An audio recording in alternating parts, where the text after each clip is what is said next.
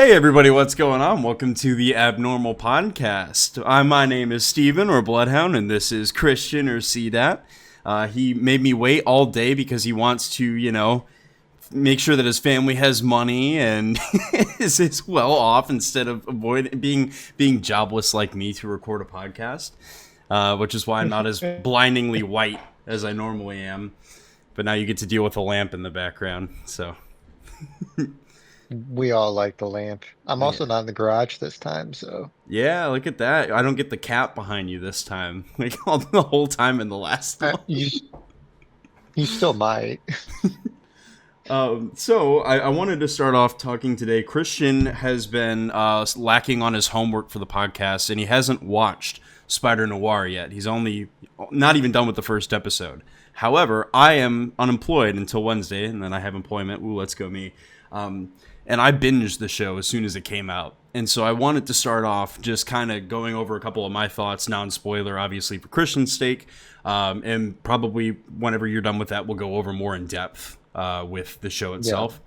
My big thing that I want to say, just right off the rip, thank God that Sony actually did something that's worth it for once. It's just the fact that we could have had this all of this time, but instead Sony has been, oh, let's do Craven the Hunter. Let's do Madam Web. Let's put out Morbius with Jared Leto. What are we doing? We could have been doing this the whole time. And from what you've seen, at least in the first episode, it's good. Like, it gets better as Yeah. the show goes on. But immediately, it's good. It's stylistic. And this, to me, had a lot of similarities in the way that Wonder Man was, where it's a unique take on a character, a unique story that has some artistry to it. There's a reason for it being. It's not just like the regular punch the bad guy type of thing. It has a good story. It's in depth. It gives you the ability to actually, it's like an art piece. And this is exactly, it's how it's shot for Spider-Noir. It's shot extraordinarily well. I watched it in the black and white version. I went back and saw it in color for some of the fights, but it's stylistically put together really well. I think it's great that all of the characters have, and I've been saying this over and over, to their cores, they are the same characters that they are in the comics. Like, the base of the characters are there, even though it's a different type of spider universe, right? I did see that evidently this is not the way that Black Noir, right? Spider Noir is in the comics. I was seeing the people who are the very few like niche fans of the noir comics were like, that isn't exactly how he operates. I guess he's more of a gunslinger. Well, not gunslinger, but more like, I think they do a good job of it in the show. Obviously, you haven't seen it, but there are differences, but the core of the character is still there.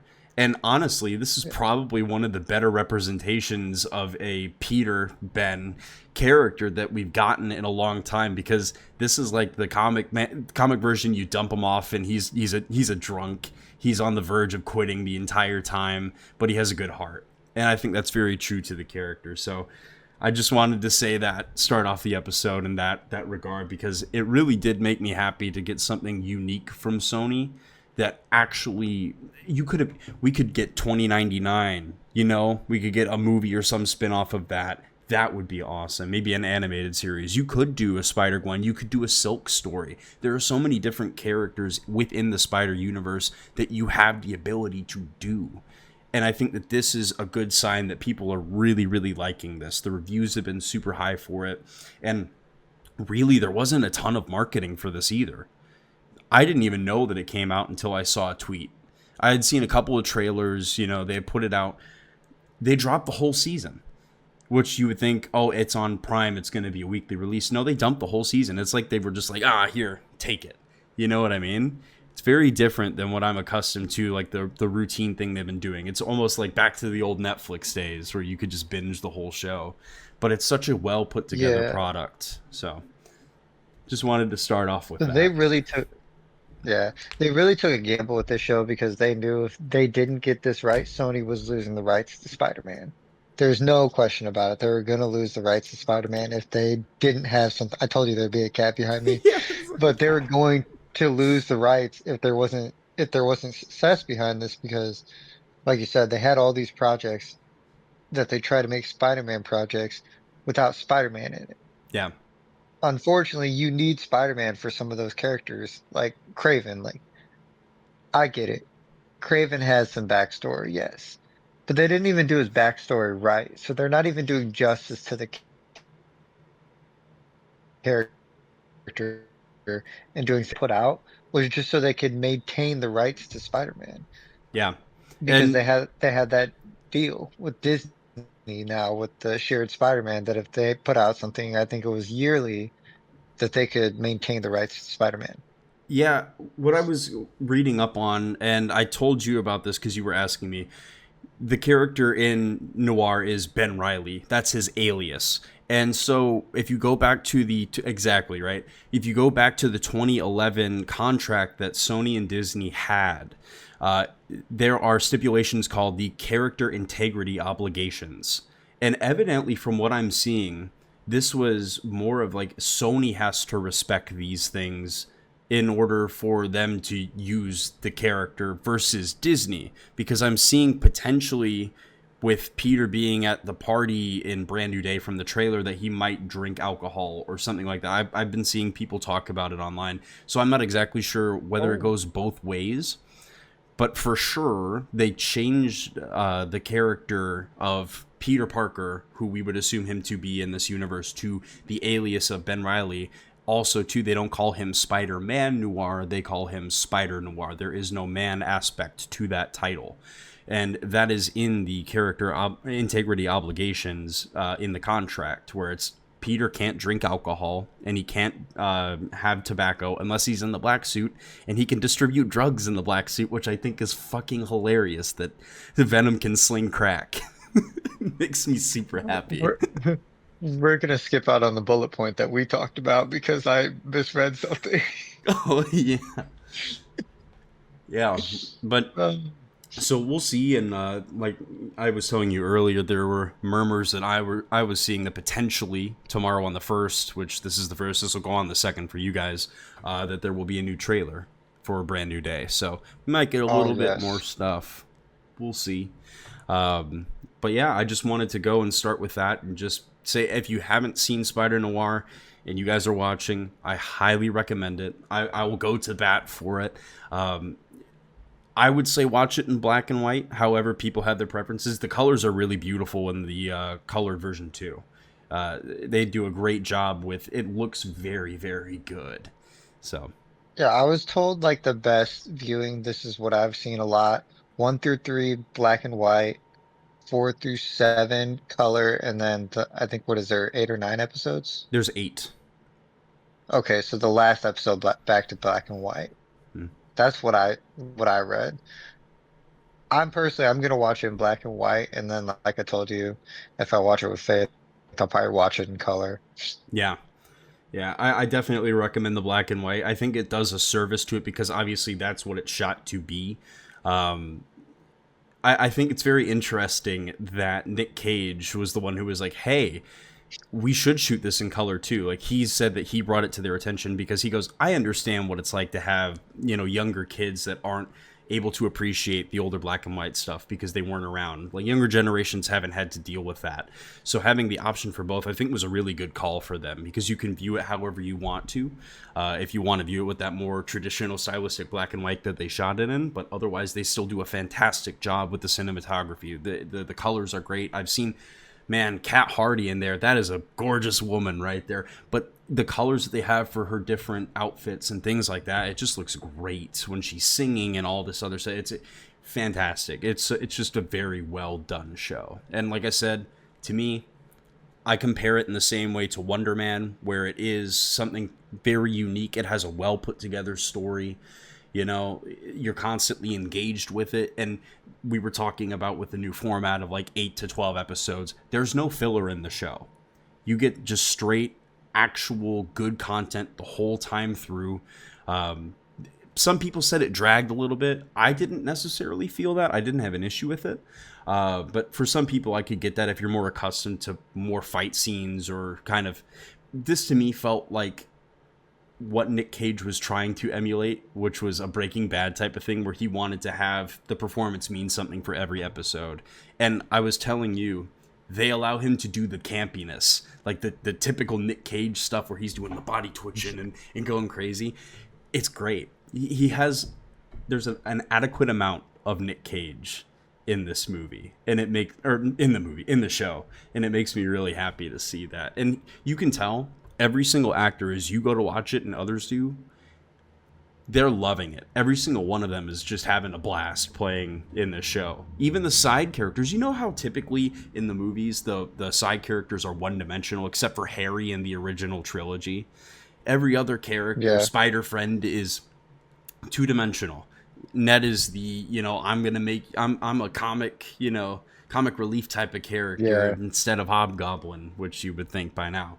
Uh, Mary Jane has a little bit to her, but in the original with Toby's, Mary Jane is kind of like, okay, she's just a dumb broad, which Oh me. all about me. I'm a bitch. Should have taken Felicia, man. She was there. She was there. That was Bryce Howard. Whew.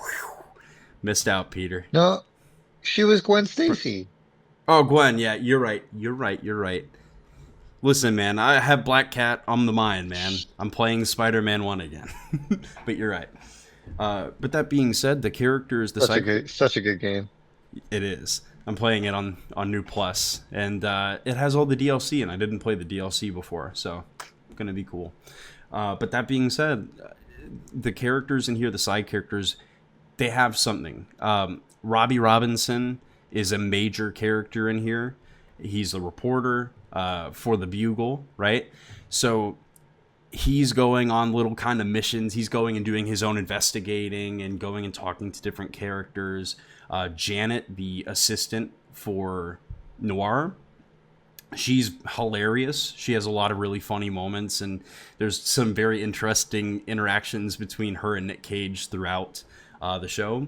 And then even there's a little brat called Frankie, one of those little street kids he's entertaining. They do a good job of making the characters likable and memorable. The fact that I remembered their names right off the rip off of a television show, you know what I mean? It's good. And so Yeah, I'm happy to go through the process and watch something like this, and I hope that having these good reviews and having people talk about it will bring more opportunity for us to get better shows or movies like this from Sony. yeah.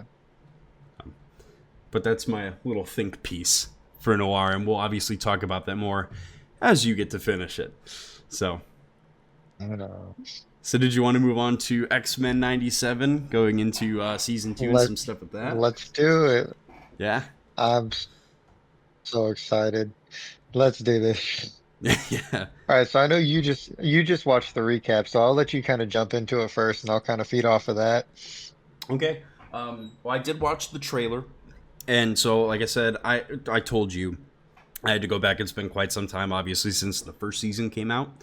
Yeah, And going through the process, it was obviously very good. Like 97 was very good when it released. Everybody seemed to love it. The animation was great. The story was pretty darn good. Where we left off with 97 is that the X-Men are split between time, and now this is obviously going to lead into Apocalypse. There's going to be a whole lot of Apocalypse this season. He's the main villain, which, going back to the original series, it's interesting that they're doing kind of the same. It's different, but the same villain. You know what I mean? Kind of yeah, bringing that yeah. back. And I saw, obviously, there were a lot of people who were very upset when they saw Deadpool and it was Morph. Because Deadpool was in, like, the thumbnail for the trailer. Yeah. Well, they did a good job though, because that was definitely a clickbait. Because when Yeah. you watch the trailer, you can definitely tell it's like Morph turning into Deadpool. But the way they made it look like Morph was standing next to Deadpool, which they did that on purpose. Oh, It was yeah. very masterful. It was good. So yeah, and it'll be about getting them back to 97, and then Apocalypse is trying to, from what I understand, attack them when they're the weakest, when they're spread across time, and go to the 90s, where you have Forge and Bishop who are trying to bring the X-Men back. So Yeah. And we know X-Force is going to play a factor, so I'm assuming they're probably the ones that are going to be in the main time. that's going to be interesting. We haven't. Oh no, did I say X Force? I meant X Factor. There's a lot of X teams, Yeah. but I believe X Factor is going to play a factor in this. That's going to be interesting because I don't think we've had X Factor in any iteration of. Maybe we've seen them, but we haven't really had them as a team of focus. And I think they might get some time to shine, which is always nice. We've discussed this quite a bit. One thing Marvel has been pretty decent about is grabbing teams that people may not be familiar with or like that much and adding things to make them likable, which has drove up comic sales for Marvel, which Yeah. at the end of the day, that's always kind of their goal is to drive up the comic sales because that's where these stories are coming from. Yeah, I think it's important, especially in going back to Noir and Wonder Man, bringing in more niche characters and giving them a personality and driving people, like you said, to go and read the comics. I think it's really important to bring in more of those characters. And so I think that'll be interesting to see with Doomsday and Secret War where we lead off and what type of characters are going to bring in. But that'll be for that. But bringing in stuff for 97, I think is good. The problem with that is obviously it's still most of the people who are watching X-Men 97 are already fans of those comics. Like a large Yeah. portion of those. There's a lot of people. It's really odd how many people are kind of not into watching cartoons. You know what I mean? Like even to this day. Yeah, I get it and I don't like I get the aspect of it being aimed at kids, but the way I see it is when you look at animation, it can do so much things that movies are just not ever going to be able to do. As good as Yes. CGI will get and stuff like that, they're just not going to be able to do certain things. That's why I love that we had this animated X-Men show. I don't know if you've watched it, but The Friendly Neighborhood Spider-Man, that's been a fun kind of newer take on Spider-Man as well. And it's the same thing. Like they're doing things that, hey, we might not be able to do this in the movies, but we can do this in a cartoon show. That's where the fun of it is for me. Plus, I read comic books anyways, which is done in a cartoonish style, so Yeah, unless it's absolute I'm always Batman and gonna then appreciate it. and then you don't know what's going on. It's Eldritch Horrors and absolute Batman. Um, but no, that's and I talked about that when we were going over Invincible, and I was saying, when you have a comic adaptation, obviously you can do so much more in an animated environment. Which again, you look at something like Spider-Verse, which is the best adaptation of anything ever. It's just from what they did with those characters and for Miles and his popularity and so on and so forth. So hopefully that is the case, and we are bringing more niche characters into X-Men 97, and people will be more engaged to want those characters elsewhere in other projects, maybe in live action, taking some of those elements, or just creating more content that has those characters. Yeah, Yeah. because I'm gonna be honest with you right now, Disney animation has so much more potential than the MCU has right now. I think the MCU is so hamstrung on these next couple of projects that their entire moving forward Yeah, is going to be dependent on how these pan out. And I would say it probably is going to be a lot of what do people feel moving forward. Because have they announced really anything after Secret Wars? Not off the top of my head, but I could be feel wrong. I was gonna say, I feel like they might have, but I'd have to go and look at the schedule because that stuff changes so much It does. between now and then. I'm And actually, that can kind of lead us in. Oh, you're looking it up. Okay. I yeah. was gonna say that could segue us into our first movie we're going to talk about, which kind of kicked off this. We're getting close to Doomsday, and that was Captain America: New World Order. Is that the correct title? Brave New World, I think, right? Brave New World. New World Order. What am I thinking? Brave New World. But yeah, so we can kind of kick off into that. Yeah, certainly. I So, know you just watched it, so. yeah, I am starting to do my homework on. I've talked about this on the podcast before. I was very disenfranchised for a period of time, probably right after No Way Home. I think a lot of those movies and shows I just wasn't engaged with because I think it just got to the point where there was Ant-Man Quantumania, and I was just like, I'm out. I'm done. WandaVision let me down. Then there was Agatha, and I Yeah. get that people like you said you enjoyed Agatha, but to me at the time it was just, what is the point of this? And then there's Death. Lady Death is in there, I know, which is just like, why is she there? Nevertheless, or Yeah. Sacha Baron Cohen being Mephisto in a show that nobody watched. I don't know. So I was disenfranchised, but I've gone back and I've started watching, and so the first one that I watched was Brave New World, and I am still kind of in the same position I was before I watched it, with a lot of my takes.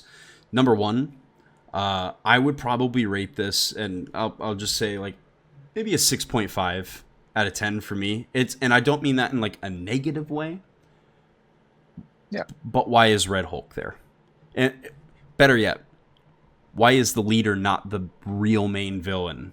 He is, but he isn't, because you're giving so much time to Harrison Ford and the Red Hulk. However, if you had, instead of putting in the promo for Red Hulk, which I understand why they did it, they wanted to drive people to go and watch the movie, right? To have a character of Yeah. that gravity in the marketing. However, you could have built it up throughout as they did. It felt like Red Hulk was supposed to be a surprise character, but they put him in all the marketing. That's Yeah. how it felt to me.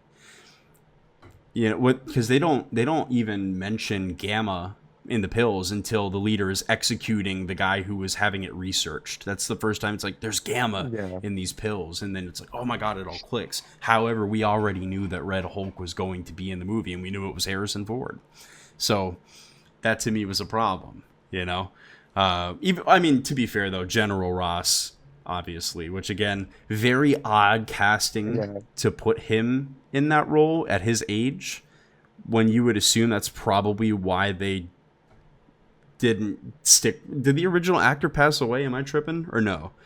Yeah. Did he Yeah. pass He away? he had died. That's why he got replaced. Yeah. Still, to do it with somebody who's Harrison Ford is old, man. I'm surprised Yes. he's creating generational wealth before he passes. He's doing every project. Yes. Because he's doing shrinking too, and I know that's huge. But Shrinking yeah, is a that good was kind show of though. weird. I'm definitely it's on my watch It's list. a good show. But yeah, him being casted was weird to me because I'm like, he's older than the actor that died that was just playing him. Hmm.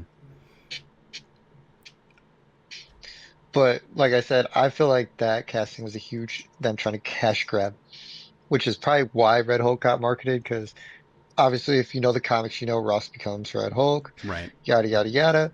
They built my biggest thing was they built him becoming the Red Hulk so well throughout that movie. They That did. was one of the few things I think they actually did right in that movie. I've told you before, I like Anthony Mackie as Captain America. I have a Captain America, Anthony Mackie Captain America popcorn bucket in my closet currently. So I definitely enjoy him as Captain America. I wouldn't say I didn't like the movie. My huge issue with the movie was the leader. Yeah. It was bad. It was very bad. I think we still have potential in the future with that, end credit scene, which was like kind of our first tease for what's coming next for the next Avengers movie. Hmm. I think that was the first real tease we got for that Avengers movie, if I'm not mistaken. But that was a pretty good tease. It it's gonna have more meaning once the movie actually comes out, because at first people are kind of like, "What's he talking about?" Yeah. For me, I think the leader falls into the same category as Sister Sage. When you have people that are, you have a certain level of intelligence in your writers. When you're writing a character who is based on intelligence, they are capped out with your writers. He was Yeah, an idiot, and I understand that in the movie it's completely about probability. He's all about the probability, right? So you can kind of get away with it to some regard.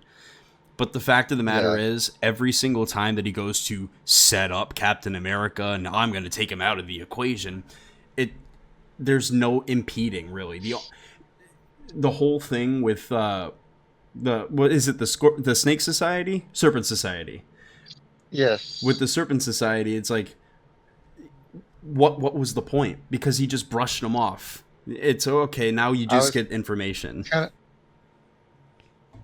I was kind of bummed about that on a personal level because I'm a wrestling fan and I know Seth Rollins was supposed to be one of the Serpent Society characters, so I was a little bummed about that getting cut out. But so the whole probability thing, I think the reason that they did that was to try and emphasize on the strengths of Anthony Mackie's Captain America, which is he's not a super soldier. He's always beating the probability because he has like that iron will type of thing. And I think they're trying to show that in the movie, but they didn't do it well that I think most people probably glossed over that fact. I kind of caught on as I was watching the movie. They're like, okay, they're trying to expand on the strengths of Anthony Mackie's Captain America, which is the iron will, doesn't give up. He's someone that people can look at and they're like, I can be that. They could with Captain America in a sense, but he had the super soldier serum. That was well known. It was well documented. There was cameras taking pictures of him as he came out of the machine. People know that Anthony Mackie's just a human. Yeah. And I think that's why that was kind of emphasized throughout the movie. But like I said, it was poorly done. The leader is a great villain that was not used great in that movie. And I hope that his head's still evolving because that's not what the leader's head looks like. I know. Well, if you looked at the concept art for the character for the movie, where he looked a lot more comic like, but they gave him just like a zombie Oh, brain. it was so much worse than what we got. I'm not even gonna lie. I Oh, saw the really? concepts and I'm like, I'm kind of glad we got what we got because what they were planning on going with was horrendous. See, I will say there's a couple of really big standouts for me.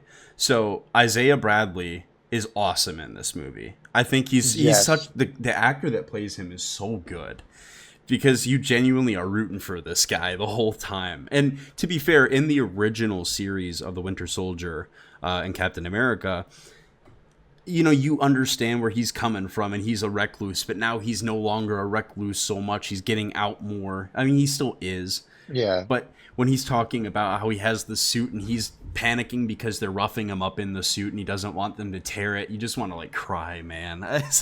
He Yeah. does such a good job in that performance. So that was a Let strong part. me tell you, if Marvel really cares about their fans, we'll get an origin Isaiah Bradley story. Oh Sorry. no. Yeah. I Oh, hope. you're good. I was just trying to see if I'm getting little lag spikes, but it's like Wi-Fi, so hopefully adjusting it'll help.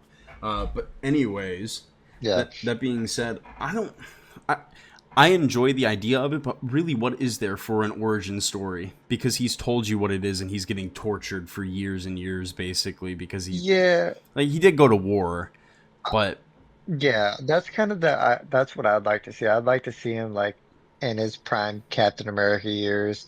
And obviously we know what's going to happen.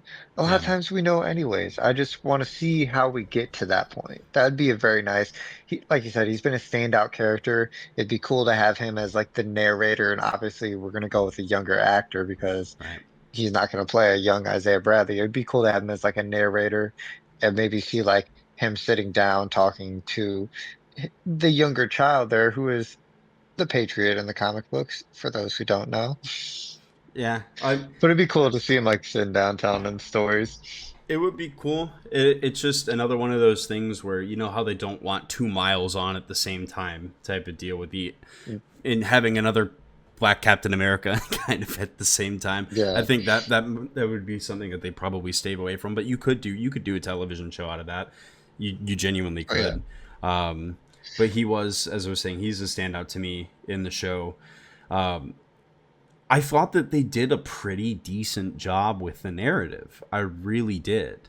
I thought the story was well put together. Yeah. A lot of the emotional beats didn't click with me, and I had the same issue with the Thunderbolts. The only thing that, like I said, was Isaiah Bradley, and that was really more the actor's portrayal of.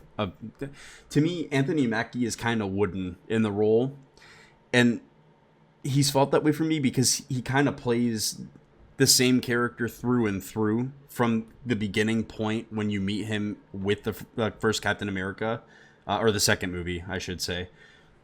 Yeah. He's kind of the same character, which is okay to an extent. I I understand what they're going for with the character, but he hardly seems to be phased. Even when Falcon goes down, he's upset. He gets angry for a little bit, and then he's just chilling. I don't know if Yeah. it's just his delivery, but I just don't click with the like when Falcon is laying there after he got hit with the missile and he's laying there in the hospital and you don't know if he's gonna make it. I had no emotion. I didn't really care. And to be fair, we haven't Yeah. spent a lot of time with this Falcon at all. No. So I wasn't attached with the character. So some of the emotional Yeah. stuff for me, even the stuff with Ross's daughter and the rose petals and all that, Yeah. it just didn't do much for me on the emotional beat. Um, I don't know. I think the problem is when you have the highest highs of, the Winter Soldier with Captain Steve Rogers and the emotional beats in that movie and things like that. It's kind of hard going into the new Captain America era and you feel a little bit different. But I don't know. That was one of the things for me. But again, I thought the story was well put together. I thought it reached a reasonable conclusion. I think the problem again is when you have a character who's supposed to be super intelligent and then you just get to walk through all of the supposed big issues that were going to happen, all the things that he planned, it just didn't feel like phased Anthony Mackie's Captain America. He just kind of walked Yeah. through it all. There was no big fight with Japan and the US over the adamantium. And speaking of adamantium, is that going to lead into our new Wolverine after the events of, you The know? Calverine. Cavalry, yeah. Nah, he's getting too old at this point too, man. Have you seen those pictures of him? He's getting old. I don't believe those pictures. Anywho, what I was gonna kind of emphasize on, I think this is one thing that the Captain America Winter Soldier TV show did better than this movie was they gave him that platform to have those, like he had some very big speeches that were like, to me, very touching in the Captain America Winter Soldier. Like his speech he gave like to the public. I don't remember what had happened at that point, but he gave that big speech. And then, Bucky came in. He's like, all I heard was black guy. Yeah. That speech, like that speech was like a moving speech for him. That was where he was at his best. He was able to hit those emotional beats. I don't think they really gave him the chance in this movie just because it was so much like the government wanted control over him and he was trying to do his thing where he's always composed. And you kind of seen him, I wouldn't say lose his composure, but it almost felt like he started to lose his faith a little bit in this movie. I would say to me, oh, he did, but he also did that in the Winter Soldier show. Yeah, that He is true as They well. did the exact same character arc for him where I don't know if I can bear the shield and it should have been you, Bucky. They did the same thing. He did it when Bucky showed up at the hospital. This is the thing. On paper, it is a really good idea to have the actual man part of Captain America in Sam Wilson and also Bucky, who is the super soldier. On paper, that Yeah, show should have been better than it was.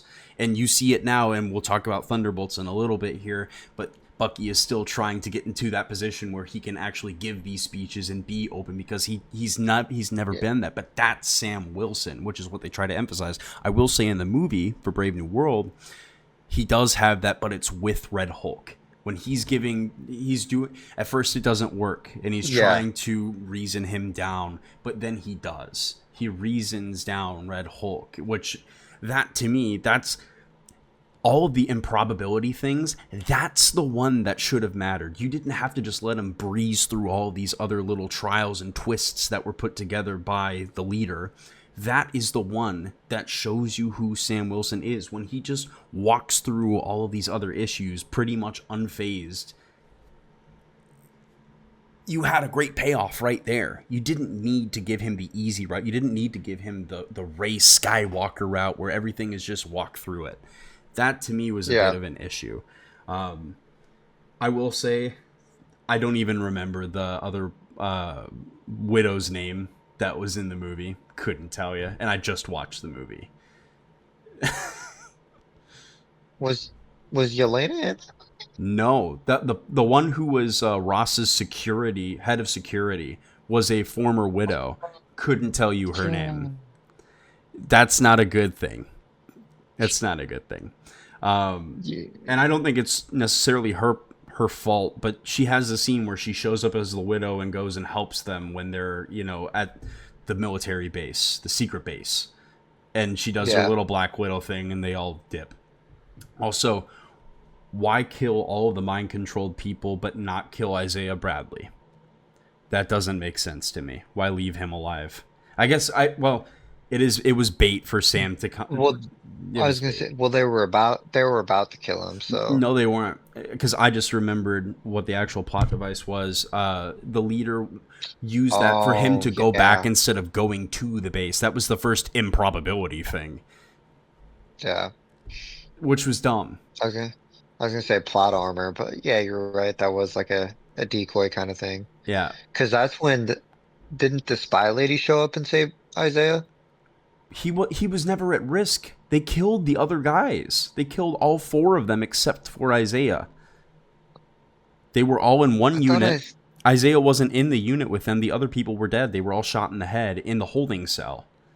He wasn't even there. hmm, Yeah. He literally maybe was I a, should have went a back de- and rewatched. well, I didn't forewarn you really. I just told you I'm watching this now. But yeah, it just that to me, and the first thing the leader says to Sam is like, "Oh, there was an 80% probability that you were going to go back and you were going to save Isaiah." This dude, come on, man.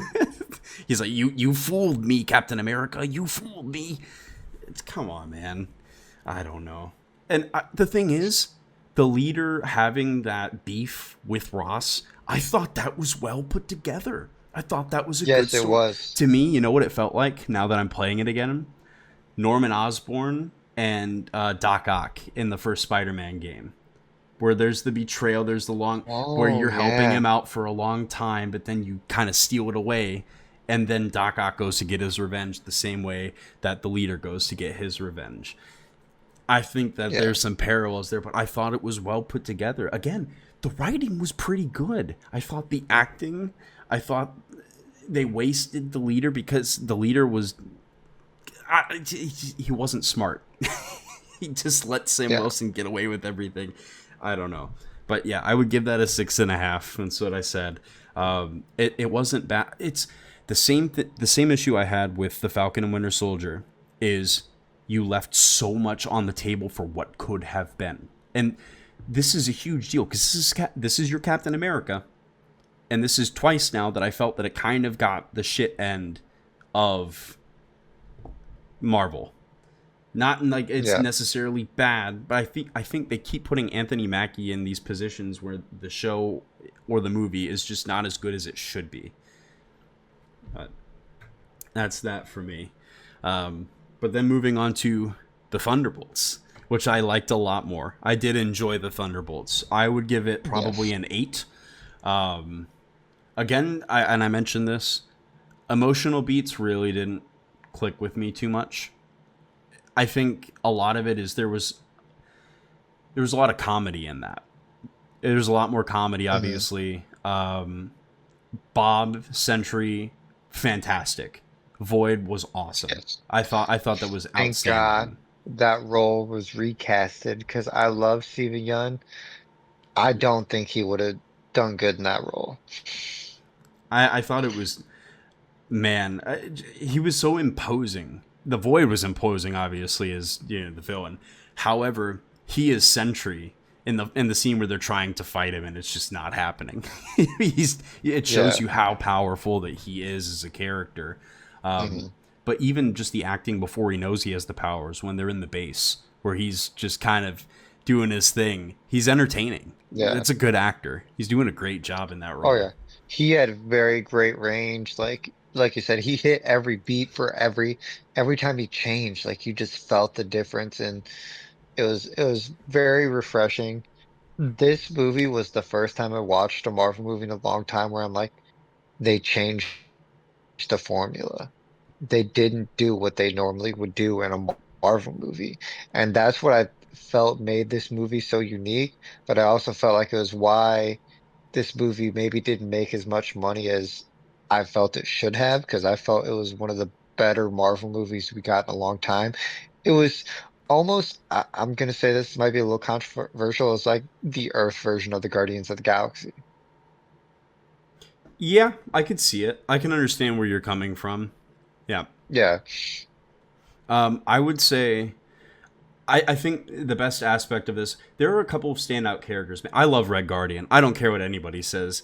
He is hilarious. He really is. I enjoyed him in Black Widow. He was one of the The very few. tracksuit at the end of the movie. he's he's super entertaining. He really is. But the Red Guardian was the standout for me. I thought that Bucky trying to learn a little bit more how to be a leader and becoming the de facto leader of this team was a good move because it coincides with him trying to become, as a congressman, more of a public speaker and becoming more of a leader. So to be able to do that in both regards, I think is really good. I think that worked very well. Um, Yeah. yeah, I would say the whole situation with the assistant for Valentina, I feel like Mhm. Valentina would have just had her killed, to be honest with you. Oh, I agree 10,000%. I'm like, there's no way Valentina doesn't know that she's doing this stuff. Like, there's no way. But she does. But then she does know, and she lets her live. Like she confronts her and says something about it, Yeah. and then she would be dead. They were just Oh, gonna yeah. she's gonna wipe out. Speaking of wiping out characters, Taskmaster instantly gone. R.I.P. To be fair, Spoiler alert. needed to be gone.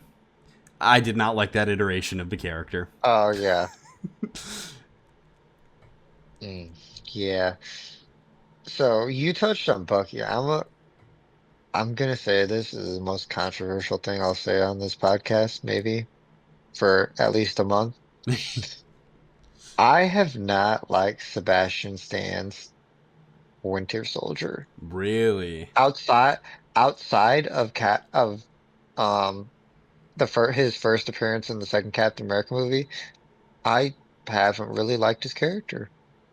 I don't know if it's I don't like Sebastian Stan. I don't know if it's the way his character is written. I don't know if it's I just think he should be different. I haven't been a fan of his character. That's very interesting. I definitely don't hold that opinion. I like Sebastian Stan in the role. Um, Yeah. you go ahead. I'm interested. I, so I feel like they've kind of tried to make him back into like Captain America's sidekick. And that's not what Winter Soldier is. Like, Winter Soldier became the first Captain America to take the mantle after Captain America was killed for a reason. I think that's the difference though with Thunderbolts is that they are turning him into his own Yeah. character instead of a sidekick. And to me, I didn't feel it felt believable. Hmm. Which, I mean, granted, we're watching a superhero movie. None of it should feel believable, but his character arc at this point, I didn't feel like it was believable to me. Like, I feel like his character still had doubts as well, which I mean was obviously part of the plot of the movie. Yeah. I don't know. There's just something about his Winter Soldier that I'm like, to me, that's not the Winter Soldier. Maybe that's what I'm expecting. Maybe I'm just expecting Winter Soldier and not Bucky. Yeah. I don't know. I mean, it's interesting because they do some comedic stuff like where he's washing his arm in the dishwasher Yeah. and the way that he interacts when he has all of the guys captured at first and he's like Bob to kind of make him comedic in some aspects like that. That's definitely more Bucky than Winter Soldier because Winter Soldier is the cold-blooded killer. You know what I mean? Yeah. um, I think it made the most sense for the characters that they had in the movie for him to be in the role that he was. I agree 100%. He's the most established, obviously. None of those guys have been leaders. Yeah. Bucky's the closest they've been. So I get it. I just to me, I just didn't feel like it was believable.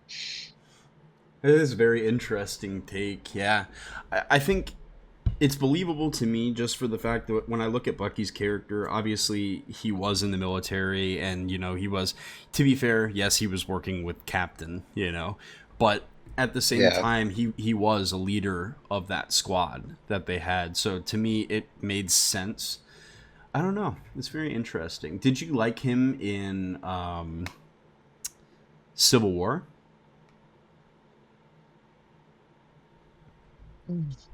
I would have to go back and watch it. Hmm. But I mean, even like the stuff of him going to Wakanda and him trying to find his inner peace and stuff, like, I don't know. I just, mm. And obviously, we got Infinity War and Endgame and the bum got dusted. Imagine. It's interesting. It I just really want, is. I just want you to know when that test came out online for would you get dusted by the Thanos snap, I took it 3 times and I didn't get dusted once. That's playing. It's gambling right there. Man. But Should yeah, I have don't gone to know. There's Vegas. just for real. I don't know what it is, man.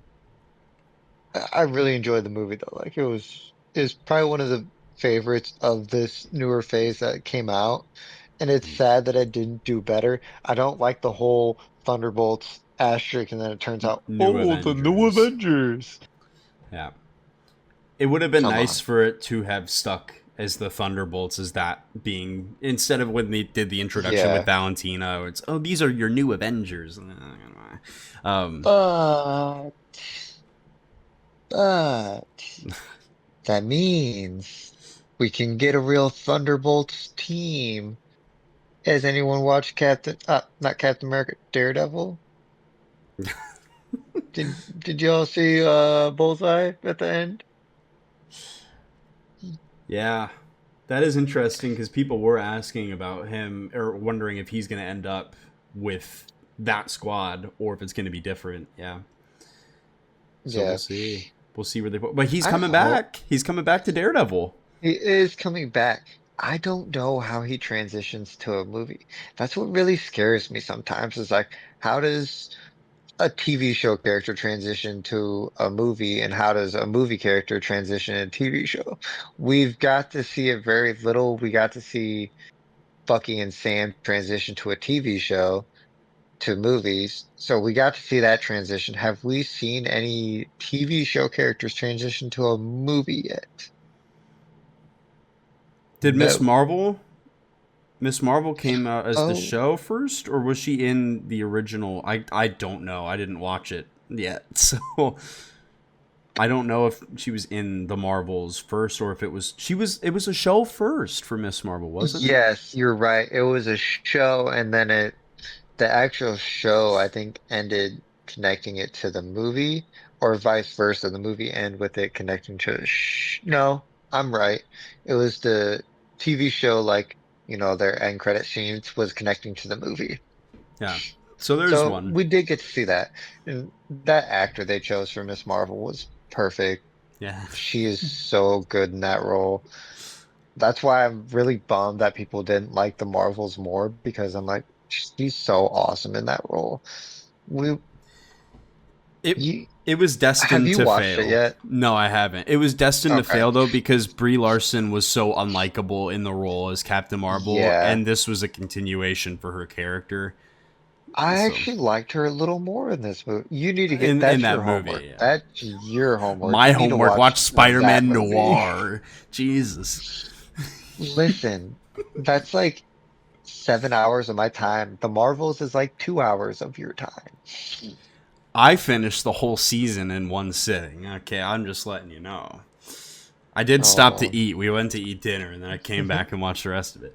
Um, yeah, her character was just the continuation though from those original movies. That whole thing was set up to fail. People did not like Captain Yeah. Marvel in that universe, and I understand it.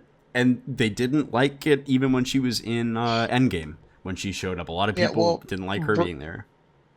Brie Larson didn't do herself any favors either. Yeah, There was lots of speculations going around during the interviewings of, they do the interviews for the movie. There's so much speculations going on about her.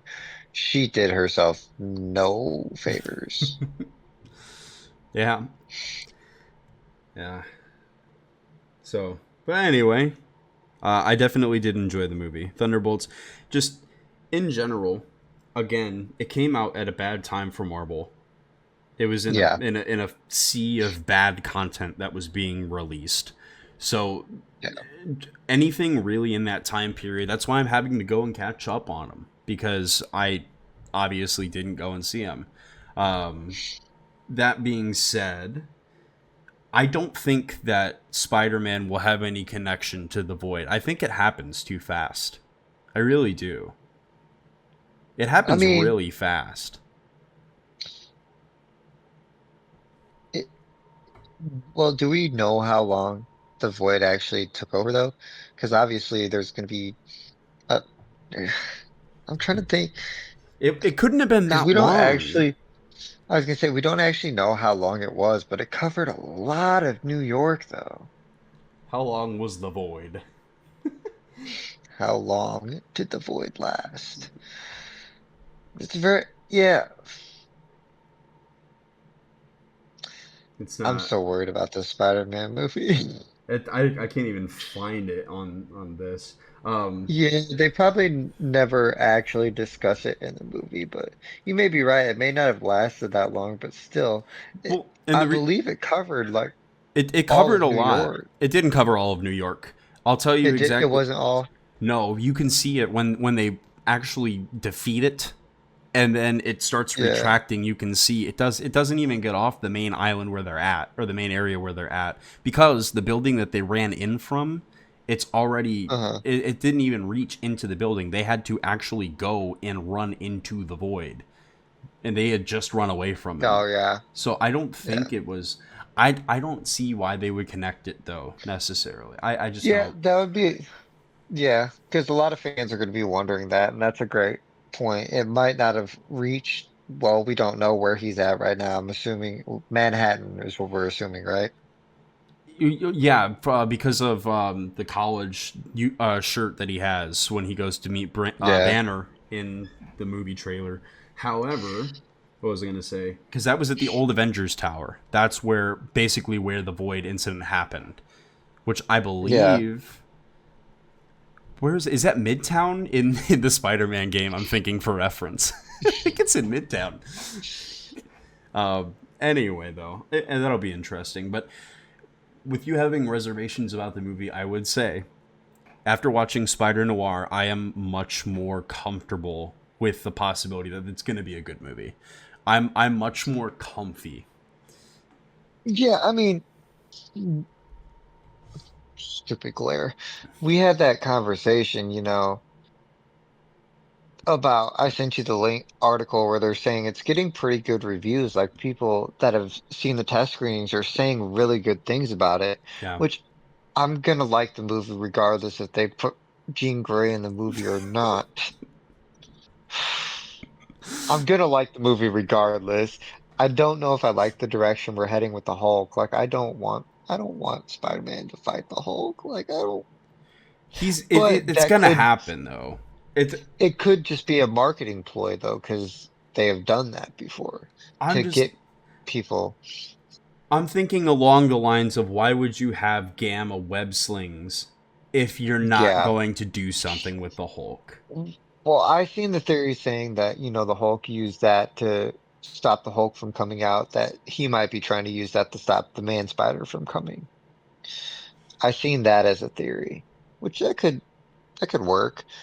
Uh, but did you see people are theorizing that we're going to see the Gray Hulk in this movie, which That is like was one, people thought, but it looked like an editing error for one of the posters. The poster that I sent you, I think there yeah. was like some weird edit to it in Photoshop where there was gray. However, that's not what's on the official stuff, so it wouldn't make sense to me. Yeah, I was gonna say it wouldn't make sense to even have the Gray Hulk because that's when he's in one of his weaker versions anyways. That's Joe Fixit who's running casinos in Las Vegas, Do you mind not if teaching school. Can I spoil something? Just how Ben Reilly gets his powers? Yeah, go ahead. Man Spider. They do Man Spider. It's part Man Spider. He is in the hospital bed, being mutated on by Germans in World War One, because Ben Reilly's character is in World War One at that time, and he gets Okay. bitten on his arm. He's like half spider, actual spider, and he bites his arm. That's how he gets his powers. So when I saw Man Spider, my head went. I was like, oh my god, it's a possibility. They did it in live action. They did it in Yeah. live action. I mean, If granted, they didn't do it, it's I a was gonna say it's not spin-off, MCU. but that's it. As soon as I saw Man Spider, and when you said Man Spider, that's why I'm like, Yeah. oh. But that to me, I mean, the thing is, when you're willing to try that type of stuff out, when you're willing to put that into live action, and then, I mean, obviously at this point, the movie's done. You know what I mean? Like they've already shot everything. Oh, However, what? I don't know what you did. Oops. I'm back. If you're willing to try something like that out, maybe it would. I Yeah. think it makes the most sense for mutating Peter's character. I really do. Yeah.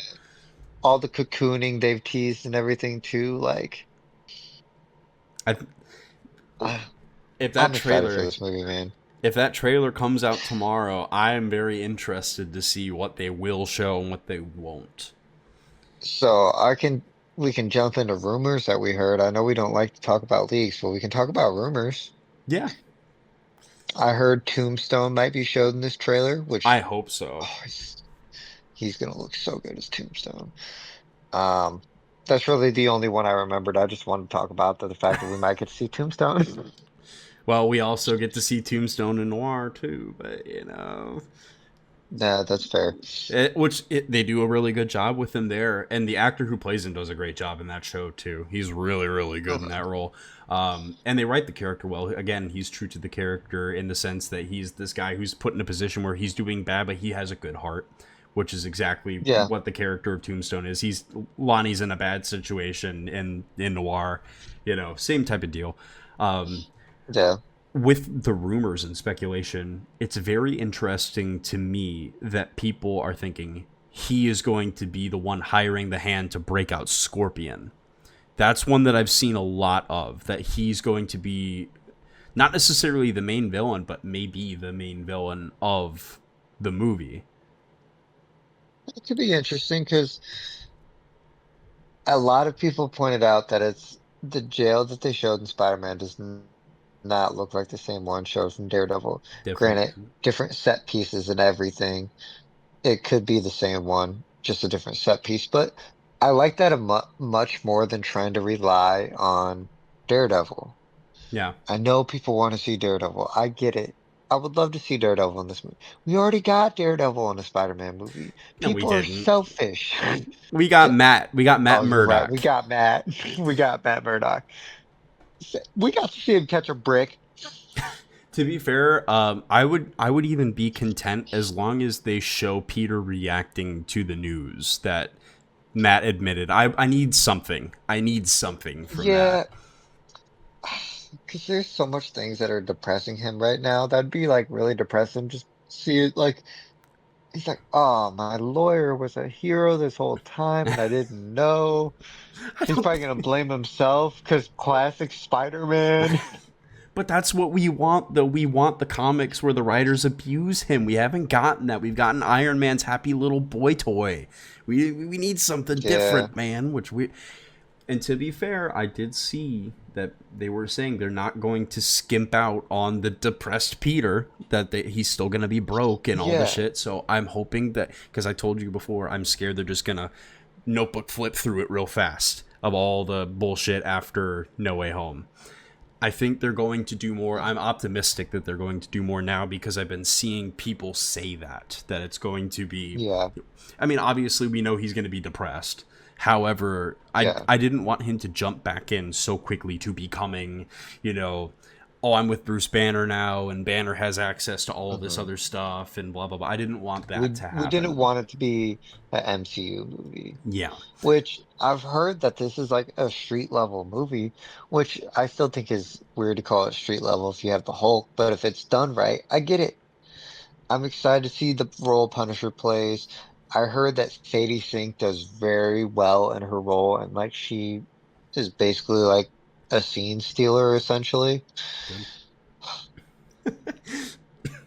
What if they somehow manage to make you absolutely fall in love with Jean Grey in this movie? That you're gonna be like, yes, I love this in this movie. Bro, I, I hope they do. Like I said, I think Sadie Sink is the perfect choice to play Jean Grey. I just don't want her in the movie. I don't want it. It does excite me. It excites me to see where it's going to go. Um, yeah, I I cannot wait. Oh, oh, what? I'm connecting dots in my head. What if What if the reason she's in the movie is because obviously we know he's mutating in this movie. What if he goes to Xavier's school to try and get some help? This is the problem for me though, because how do you do that when Doomsday is coming up? And we haven't had any of the X-Men at all in universe still. The only one technically in the MCU right now, you have Deadpool and Wolverine. Those are the only two mutants that you have, and X-23 technically, but she got wiped out technically. I wish we knew what universe the Calvary was from, because what if that is the MCU's Wolverine and there's been mutants? If there's been mutants, then you have to explain why they haven't been around for anything. No, they don't. We're gonna get a soft reboot in like two That's movies. but this is the problem though, because of the timeline of when this movie releases. I This is the problem that I have, because I don't understand, if you're going to do Jean Grey, this is going to be the actress playing her forward, right? But Oh are yeah, are they it would not have to going be. to have in Doomsday? What if they do the Phoenix in Doomsday? You ever think about that one? What if they introduce Jean Grey No, here, and then they do her in no, Doomsday as the Phoenix, and that can be used in some no, sort of plot device? nope, No, absolutely. Well, we do know that Cyclops and Professor Xavier, they were shown in the trailer. It was very clear that their world was about to get destroyed. Who is a very unstable mutant that could destroy the Earth? I think it's a very interesting concept to think about. Oh, also, Nightcrawler, the actor playing Nightcrawler has been very talked about as one of the characters that's going to be a main focus in I this love Doomsday. Nightcrawler, so that's okay with me. I fucking I love do Nightcrawler. too. I love Nightcrawler, but what part does he play? What role does Nightcrawler have? Like, Yeah. I'm very curious. Like, there's just so much we don't know. Ah, I'm worried because I know we got a lot of characters in Infinity War and Endgame, but we're even upping that for Doomsday. Like, it worries me. How do you? But like I said, the Russos are at the helm. They did a great job with Infinity War and Endgame. Like I said, I have faith in them, but See, man, there's going to be a lot of characters. the way that I see it, Doom is the main character. He has to be. Doom is, it's going to be like Thanos in Infinity War, where Thanos was the main Yeah, character of that movie. It has to be like that for Doom. I think it's probably going to be very much around Doom and the Fantastic Four. I think that's going to be very important, because we saw him in yeah, that post-credit scene, obviously, with their kid. Um, yeah, so I think the other characters, for the most part, yes, some of the mutants, some of the Avengers might play pretty big roles, but I think most of them will be supporting. I think it's going to yeah, be more of them. Maybe these characters come back in the battle sequence only. You know what I mean? They drop a lot of these characters yeah. in, such as you can bring in some of the X-Men characters, like the Prime characters, Charles, Magneto, whatever you're going to bring in, Nightcrawler, evidently. You bring these characters in, Cyclops, whoever, just a couple of them, right? Yeah. These are your primary core group of characters for the movie. Doom is the main character. Those are kind of the other people based around. And then following, you have maybe in a big scene such as Endgame where you bring all these characters in, and that's why you have so many characters. It's a big fight or Yeah. something along those So lines. my thing is, if we're going off the comics, this is going to end in Battle World. If you don't know what Battle World is, I'm not going to spoil it for you. Mm-mm. But that's my assumption is that's what they're going to try and aim for is Battle World. My question is, how do you do any Marvel movie in between Doomsday and Secret Wars? Because we know Secret Wars is going to have to take place on Battle World. How do you do any movie in between those? Because I believe they have some schedule, like even Daredevil, like that's confusing then. Because where is Daredevil taking place in this? Like, Yeah. that's what's very confusing for me is if they're setting up what I think they're setting up, how do you do anything in between those two movies? Unless that's their only thing on the slate. Yeah, which I didn't see for sure. I was checking the website, but it looks like, yeah, I'm not sure. I'm not sure. It's not showing me the actual timeline for what's going to be. However, I don't know, and that's the big thing is because you have those other show you have that slated. Definitely, Daredevil season 3 is slated. You know that that's going to be coming. Yeah. Um, to be fair, though, they just fucked off the Defenders and all the other Marvel stuff anyway. Just That's true. screw these guys. What is Daredevil gonna do unless Daredevil gets Hey. his power, his superpower from the demon shit? Let the devil out. So it's not even showing me accurate shit because it's showing me the Eyes of Wakanda for 2025. What's going on? IMDb needs to get their shit together. Wait, Eyes of Wakanda was a cartoon show. It did come Oh, out. was it? I Yeah. never even heard of that. Jesus Christ. It got a Yeah, it was one of their 6.2. anime. Yeah, it was one of their animations. Yeah. That's it's in chronological order, that's why. And I guess Oh, okay. that must predate Captain America. Is what it says. Um okay, Giant Fist. So how do we think what do you think they're going to do for Defenders? How do you think they're going to bring those characters in? You think they're going to do individual shows? Do you think they're going to do like Heroes for Hire and show Danny? I mean, obviously they're coming in season 3 of Daredevil. We know they're going to be there. Yeah, Do you expect them to roll out other shows for them? I don't know. I really don't know. I know Luke Cage was received better than Iron Fist was, Yeah.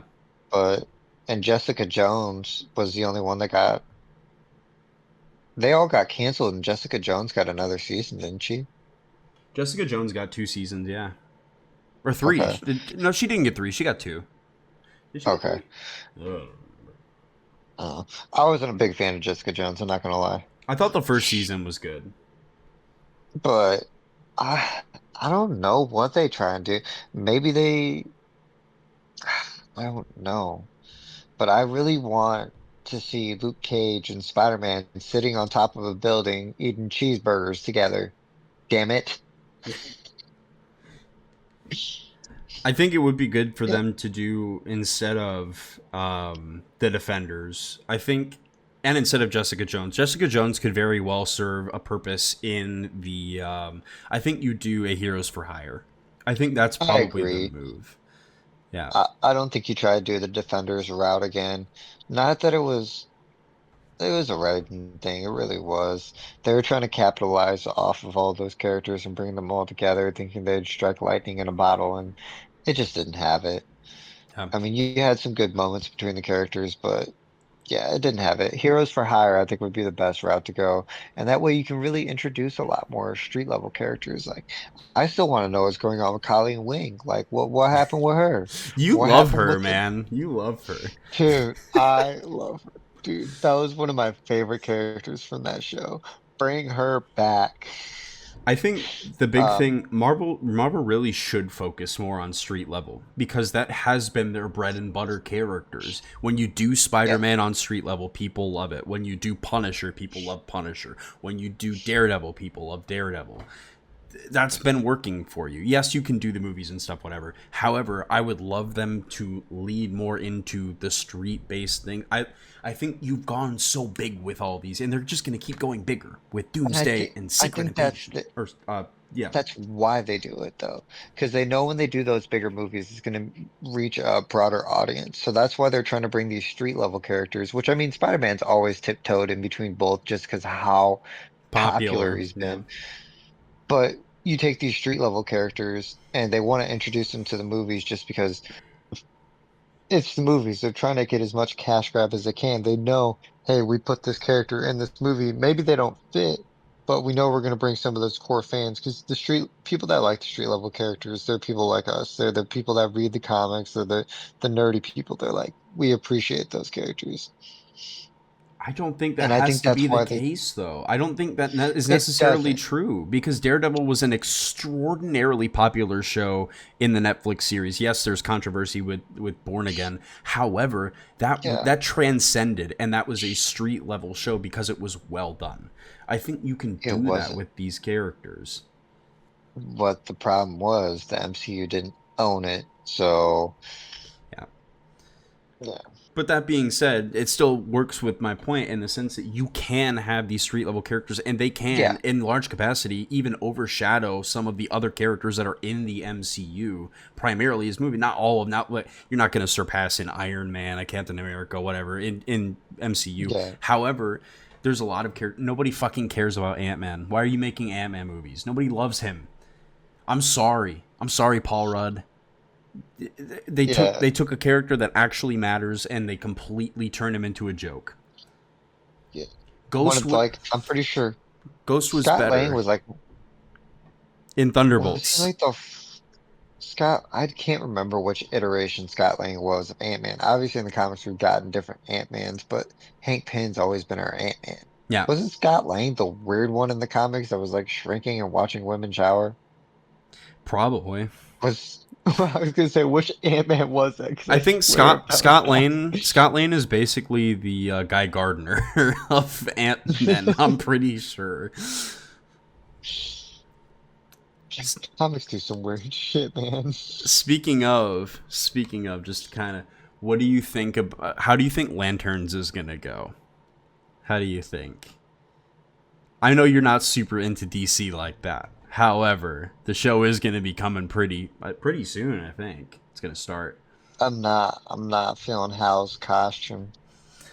I didn't Not I feeling didn't it. like the way that it looked when he was in. I don't know if it was a cell or whatever in the trailer where it's that big brown bulky. But what I'm seeing, No, they show when he's like on a newscast earlier where it's green. You can see it's a different outfit. yeah, but it's basically the same. It just has some green hints to it, I thought. But I don't know. I'm gonna watch it because I love Jon Stewart, and I'm glad we're getting a live action Jon Stewart finally. Yes. I just I don't know what the story's gonna be. I don't know. It's very interesting because this. I don't think anyone knows what the story of this show is gonna be.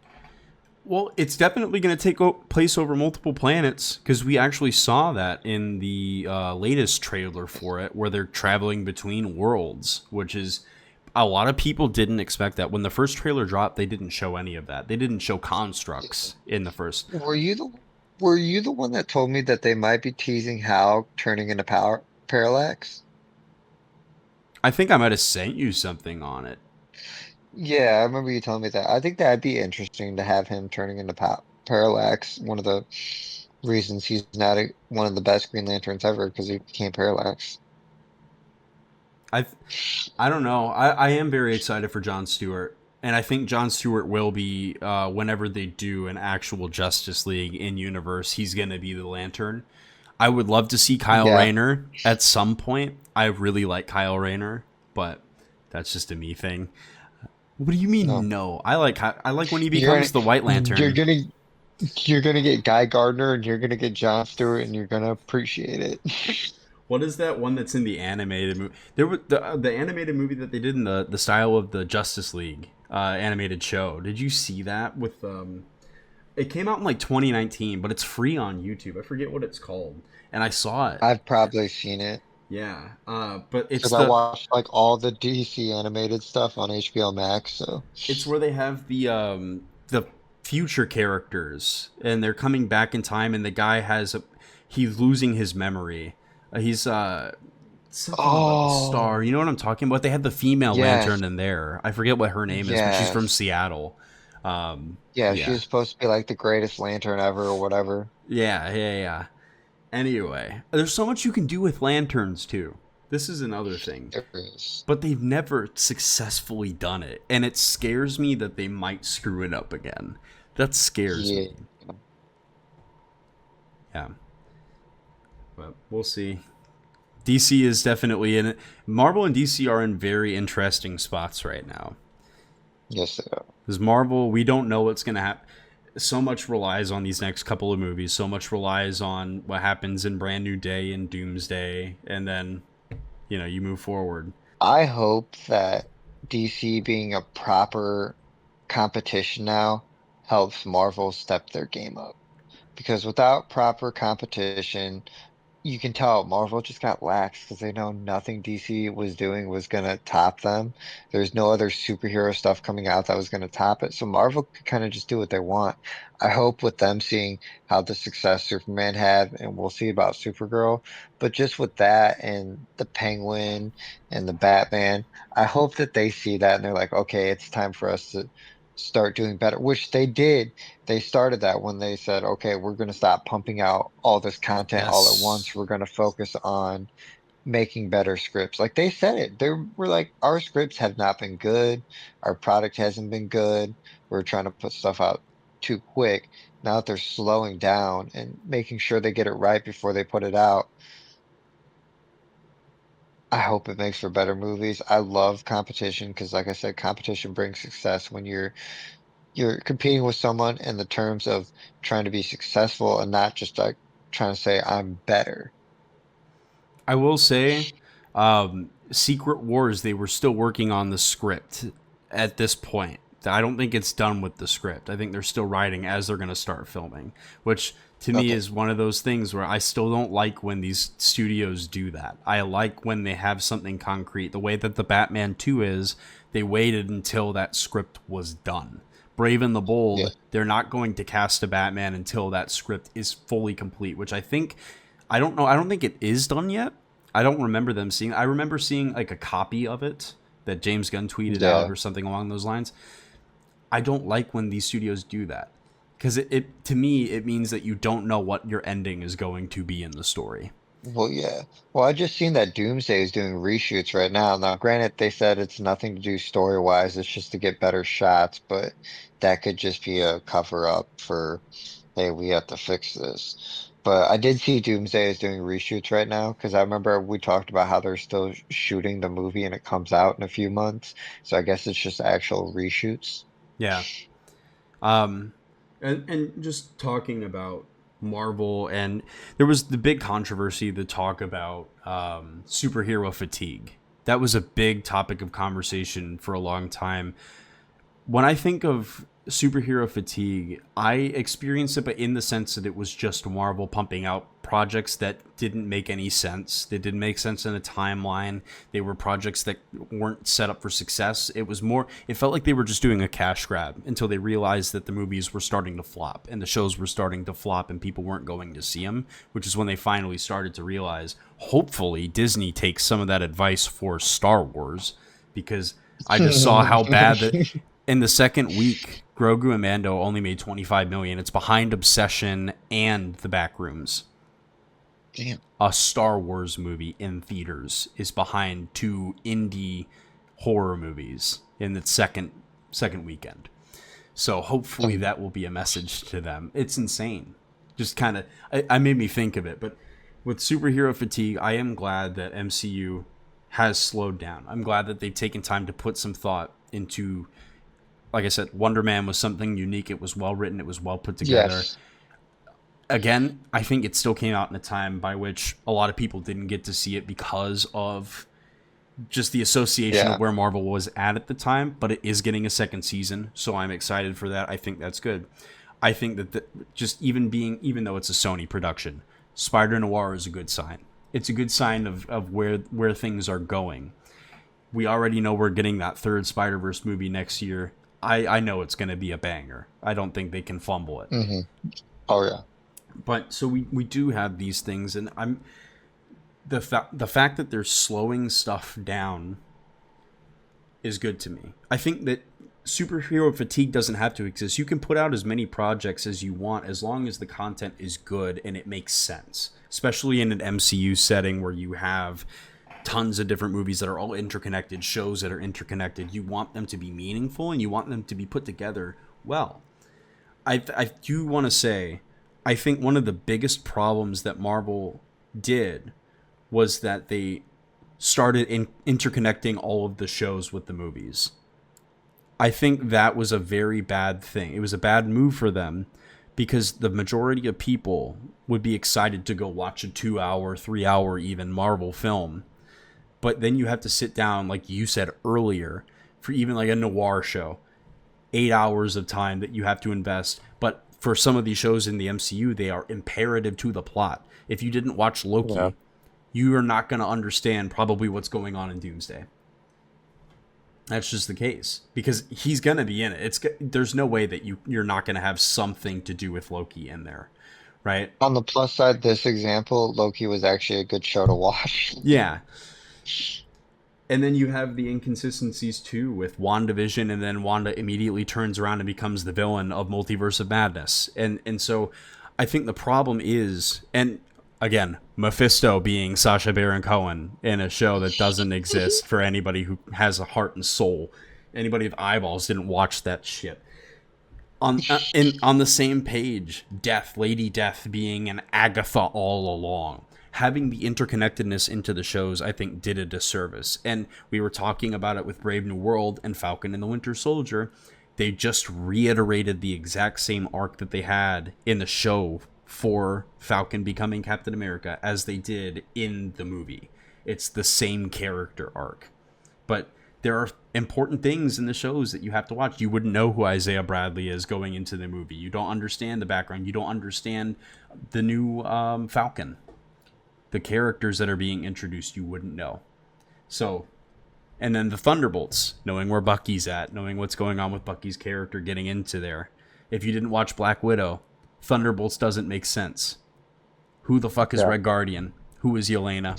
I mean, Yelena was in Hawkeye, but again, TV show. Yeah. So, I think that was a big fumble for them.